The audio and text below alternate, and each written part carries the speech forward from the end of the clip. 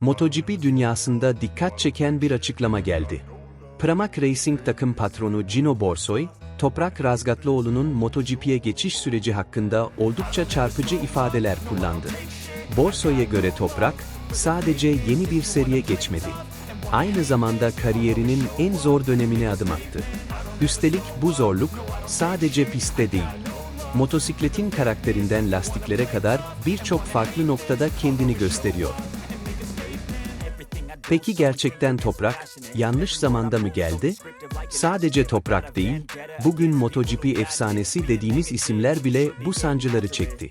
Hatırlayın, Jorge Lorenzo Yamaha'dan Ducati'ye geçtiğinde, ilk podyumunu alması bir yıldan fazla sürmüştü. Hatta şimdiki dünya şampiyonu Penko Bagnaia, Pramac koltuğuna ilk oturduğunda defalarca yarış dışı kalmış ve ön lastiği anlamakta zorlandığını söylemişti. Toprak'ın şu an geçtiği yol, aslında şampiyonların geçit töreni gibi. Zorlanıyor olması, yeteneğinin eksikliğinden değil, bu makinelerin insan sınırlarını zorlayan doğasından kaynaklanıyor.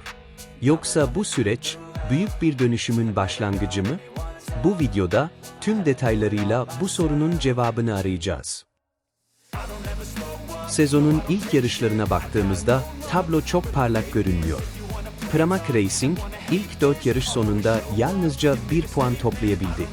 Toprak Razgatlıoğlu ve takım arkadaşı Jack Miller, özellikle Jerez'de beklentilerin altında kaldı. Sprint yarışında puan bile alamayan ikili, ana yarışta da gerilerde yer aldı. Ancak Borsoy bu tabloya karamsar bakmıyor. Ona göre bu sonuçlar, sürecin doğal bir parçası. Çünkü MotoGP'ye yeni gelen bir sürücünün, hemen zirveye oynaması neredeyse imkansız. Borsoy'un en dikkat çeken açıklamalarından biri Yamaha projesi hakkında oldu. Dışarıdan bakıldığında işler kötü gidiyor gibi görünse de, takım içinde durum farklı değerlendiriliyor. Borsoy açıkça şunu söylüyor: "Beklediğimizden daha iyi gidiyoruz." Bu cümle aslında çok şey anlatıyor. Gino Borsoy'un "beklediğimizden iyiyiz" demesinin arkasında yatan asıl sebep, Yamaha'nın geçiş aşamasında olması. Bildiğiniz gibi Yamaha, geleneksel sıralı 4 silindirli motor yapısından, daha agresif ve güçlü olan V4 motor yapısına geçişin sinyallerini veriyor. Toprak'ın şu anki görevi sadece yarış kazanmak değil, bu yeni canavarın karakterini şekillendirmek. O, şu an bir yarışçıdan ziyade bir baş mühendis gibi çalışıyor. Her turda topladığı veriler, 2027'de pistleri domine edecek olan yeni motorun denevasını oluşturuyor. Çünkü MotoGP'de gelişim, sadece sonuçlarla değil, veri ve ilerleme ile ölçülür. Her tur, her ayar, her deneme, gelecekteki performansın temelini oluşturur. MotoGP ile Superbike arasındaki en büyük farklardan biri, motosikletlerin karakteri. Superbike'da daha tanıdık ve üretim bazlı makineler varken, MotoGP'de tamamen prototip motosikletler kullanılıyor. Bu da sürüş tarzından frenlemeye kadar her şeyi değiştiriyor. Toprak'ın dünyaca ünlü olduğu o meşhur arka tekerleği havaya kaldırarak viraja girme tekniği, yani stoppi tarzı frenleme, Superbike'da bir avantajken MotoGP'de bir risk haline gelebiliyor. MotoGP makineleri, yere o kadar yakın ve aerodinamik olarak o kadar hassas ki, arka tekerleğin yerden kesilmesi, motorun tüm dengesini ve o kritik kanat, yani viniglet yere basma kuvvetini bozuyor. Toprak şu an aslında vücuduna yıllardır kazınmış olan agresif fren refleksini, daha akıcı ve pürüzsüz bir tarza dönüştürmeye çalışıyor. Bu, bir piyaniste aniden farklı bir nota düzeninde çalmasını söylemek kadar zor bir zanaat. Toprak gibi agresif frenlemeyi seven bir sürücü için, bu uyum süreci oldukça sancılı olabiliyor. Çünkü MotoGP motosikletleri, aynı hareketlere aynı şekilde tepki vermiyor. Bir diğer kritik konu ise lastikler. Toprak'ın şu an yaşadığı en büyük problemlerden biri, ön lastiği anlamak. Frenleme sırasında motosikletin ön tarafını istediği gibi kullanamıyor. Bu da onun en güçlü olduğu alanı etkiliyor. Superbike'da frenleme konusunda fark yaratan Toprak.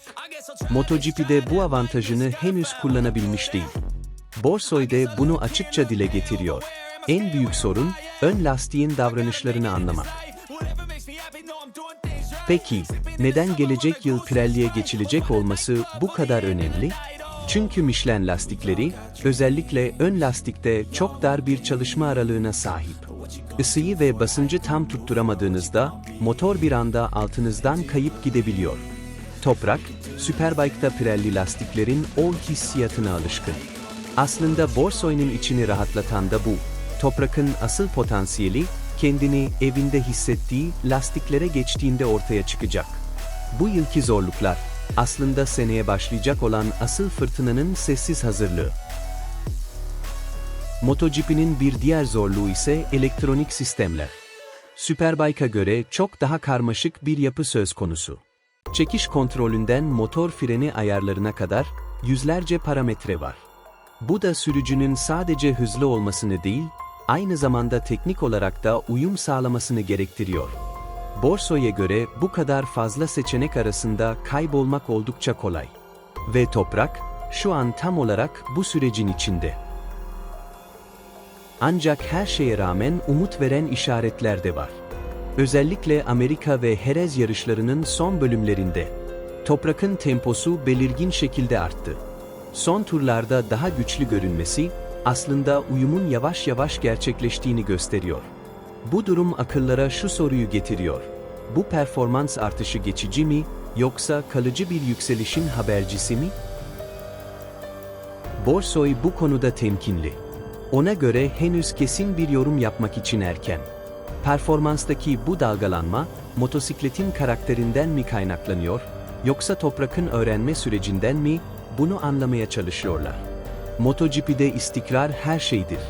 Tek bir hızlı tur değil, tüm yarış boyunca aynı seviyede kalabilmek başarıyı getirir.